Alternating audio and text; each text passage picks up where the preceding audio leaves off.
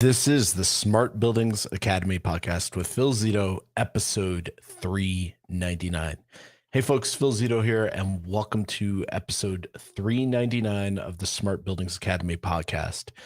In this episode, we're going to be kind of going through the plans that Smart Buildings Academy has for 2023.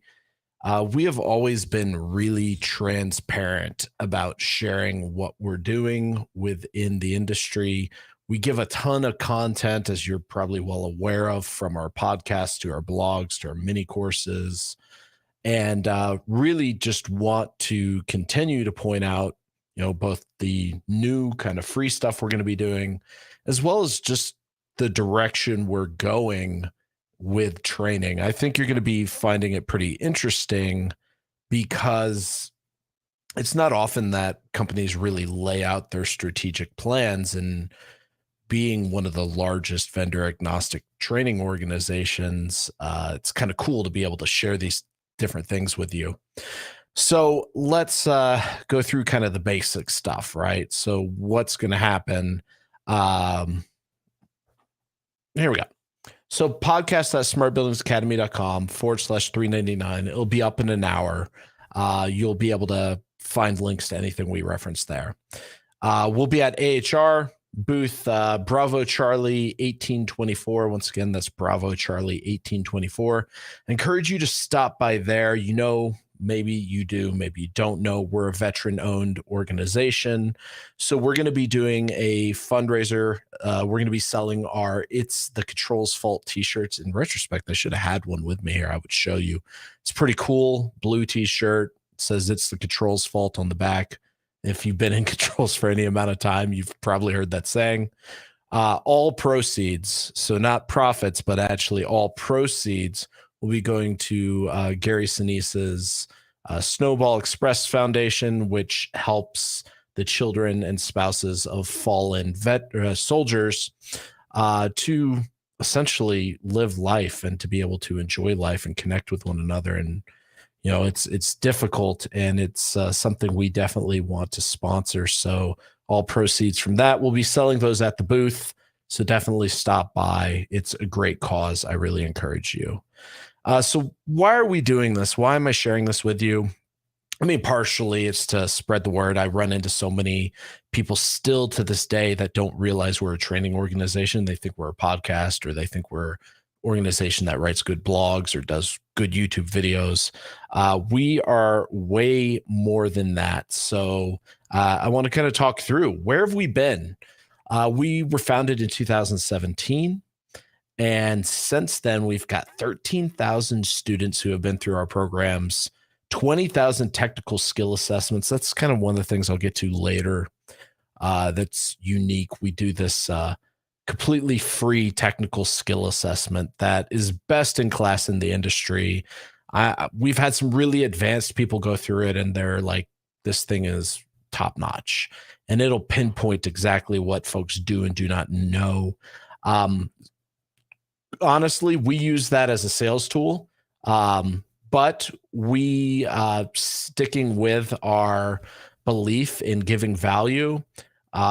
If folks take the skill assessment and they choose not to use us for training, that's fine. They're going to leave with a clear picture of what their people or themselves do or do not know about a wide variety of technical domains in the building automation space. And that's really helpful. There's nothing else like this in the market. And it's something that we continue. We've provided that freely since we started, and we'll continue to do that. A couple other kind of vanity metrics that I thought were kind of cool, at least for me.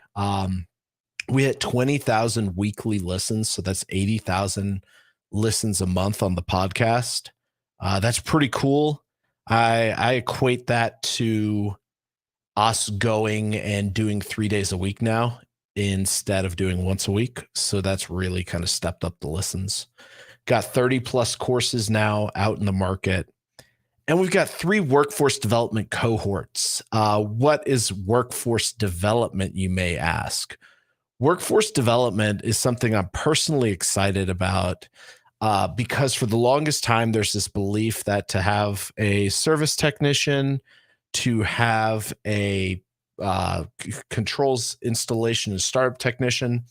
They need to do at least 1 to 2 years of both OJT and training. And we've been able to prove out that we can do that in 11 weeks. We're seeing a 12 to 14 week payback on the cost of the program. So within 12 to 14 weeks, including the time the person's in the program cost is paid back. And then we're seeing a 6 to 8 return percent, or 6 to 8x. Gosh, my sales director is so much better with numbers than I am. 6 to 8x return on investment. So essentially in the first year from that program. So we help you find and hire someone who's not in the industry. We help you establish a wage structure. I know this sounds similar to apprenticeship, but it's not. You'll understand why. And then you go through the instructor-led online program. And by week, 4-ish, they're out in the field. By week 7, they're in the field, billable 80% of the time.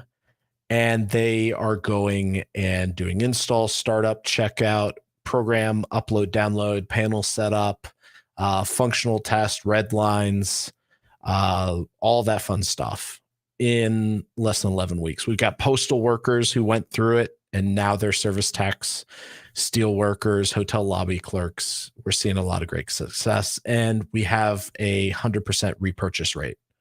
So companies that put their people through have put people through pretty much every cohort. We're on cohort 4 now, and the people who started with us with cohort 1, 2, and 3 are putting people into cohort 4. So that's pretty cool. I'm really excited about it because I was told for the longest time, you can't do that. It's not possible. And we've done it, and we've done it successfully. And we're going to be expanding that, and I'll talk about that in just a little bit. So where are we going as a company in 2023? Well, there's kind of 6 buckets that we are either committed to doing or are exploring in 2023. And I'll lay those out for you. So bucket number 1 is workforce development version 2.0. I'll kind of go through what that is in just a little bit. Then we have our custom training solutions. I'll go through that as well. Apprenticeship programs. I've got kind of a love-hate relationship with apprenticeship. I'll talk through what that is. I've always been fully transparent with you all. And I'll be transparent here as well. New technologies, we're potentially looking at expanding into different technologies because we are Smart Buildings Academy. Chose that name purposely rather than, Building Automation Academy. Consulting services, that's something we do right now. We don't advertise it, so we'll be looking to do that in 2023. And then more educational concepts. So I'm going to go through each one of those. I'll take any questions y'all have in the chat. Completely transparent, so feel free to ask away. Workforce development version 2.0. Currently, our program's 11 weeks, and I don't like that. I believe it can be done faster. And I know some of you are like, holy crap, 11 weeks is already really fast to get a service tech that can be out on the job site by themselves, or a startup tech that can be out on the job site by themselves, like unmanaged on the job site, doing job tasks by themselves in 11 weeks. I believe we can do it in 6 to 8 weeks. I believe that properly organized, and here's where this comes from. When I worked at a OEM back in 2008, 2009, granted, I had 2 years of experience, so take it as you will.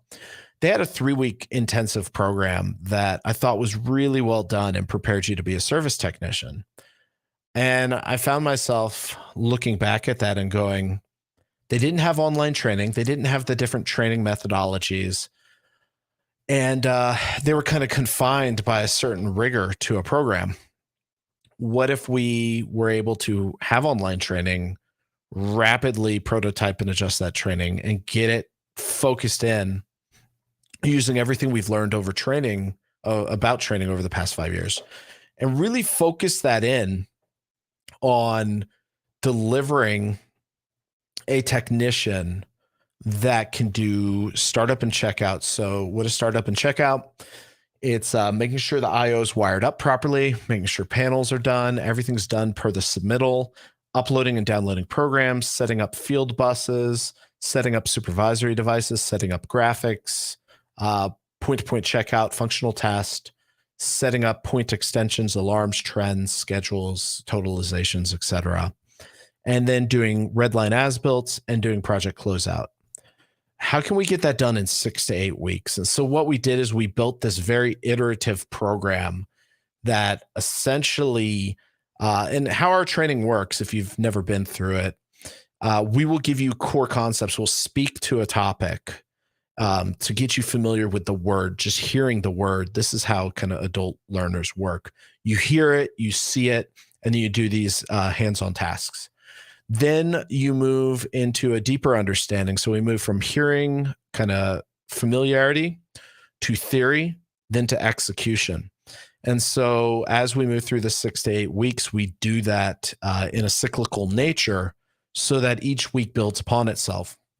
With the point of by week 3, the students will be able to go out, connect to a supervisory device via IP or via, Telnet, serial link. And once they connect to that, they'll be able to set it up and start actually setting up trunks, mapping and controllers, etc.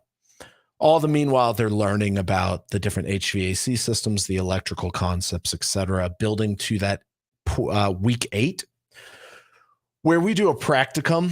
I feel like it's what makes our workforce development program unique is they meet with an instructor for a 2-hour period, and they're given a set of job drawings and everything the night before or the morning of.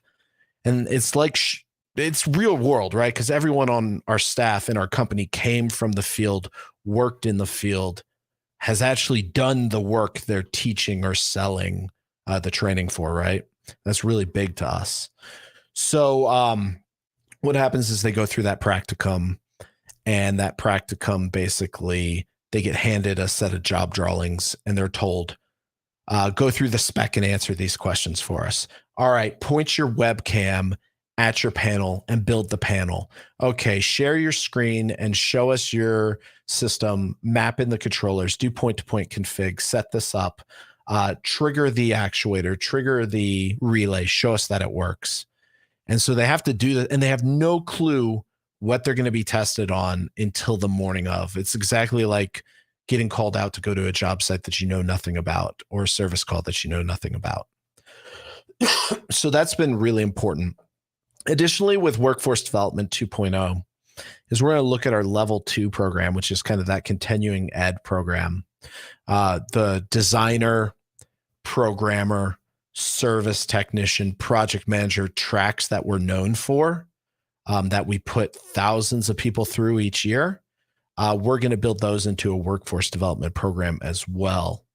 So that will be something to take an existing startup technician in a rapid succession and move them into a programming role or move them into a submittal hardware design role. I think that's going to be pretty important. So continuing right along, we are in the process, and I'm under NDA with a lot of these, so can't talk about them. But with both large owner operator, so large footprint owner operators, as well as OEMs, we are developing training programs for them. So we're developing curriculum. We are putting together and teaching the curriculum. And so a lot of people, we are in the process this year of putting their curriculum together and rolling out programs, some of which you'll hear announced at AHR this year. We're in the process of doing that. I'm pretty excited about that. These are going to be those same accelerated programs that we've seen so much success from, and we are going to be going and rolling those out alongside these OEMs. Some of them, you'll never hear our name mentioned. You might see my face or Michael Roper's face in the videos, but you'll never hear us mentioned. Others will be publicly mentioned as partnerships with SBA. So working alongside SBA. That's something we've become really good at, and I'm really excited about. Apprenticeship programs. So you all know apprenticeships all the rage. A lot of money from the government allocated to apprenticeships. I have a love-hate relationship with apprenticeships. I love to see more people trained. I love dispelling this myth of that you have to have a college degree to succeed. I like being able to take people who currently don't have a path to success, maybe in the inner city, like what Stacks and Jules does, and taking them and giving them a career that they can build a lifestyle around. That's super exciting to me. I'm really passionate about. So that's what I like about apprenticeship. What I get kind of caught up on not liking is when you start to learn how the money works in apprenticeship, the longer you have someone in a program, the more grant money, the more just ways you can get money. So you see some apprenticeship programs that make theirs longer to take advantage of that. I don't like that. I think it's wrong, and it's what gives me kind of a bad taste. On the flip side, I do like the structured aspect of it. I do think there are some benefits. There are a lot of requirements for the sponsor to do. That's why we see a lot of people go with our workforce development program, because it's less kind of governance heavy. So they choose to get the same results essentially doing that. But we are looking at both controls technician and energy engineer apprenticeship programs. Controls technician will probably be first, and then energy engineer will be following pretty closely after that. I think that's where the market's going. I believe retrofit, as well as energy and energy efficiency, are going to be huge topics in the 20s and 30s of this century. And as such, I want to make sure that we're developing staff to go and essentially achieve those goals. I think those are kind of the important roles.